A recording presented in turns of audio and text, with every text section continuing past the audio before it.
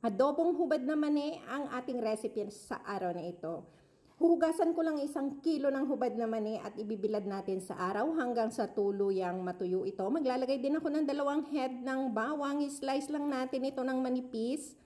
Sa isang kasirola, maglalagay ako dito ng 1 litro ng mantika at painitin ilagay ang ating nahiwang bawang.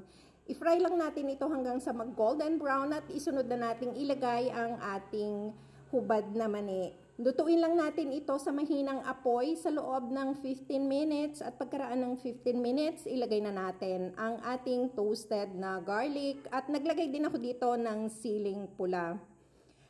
Kapag tuluyang naluto na ito, i-transfer natin sa cooling rack.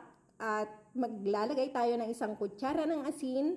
Palamigin lang natin ito bago isalin sa mga garapon. Maraming salamat sa panonood ng videos.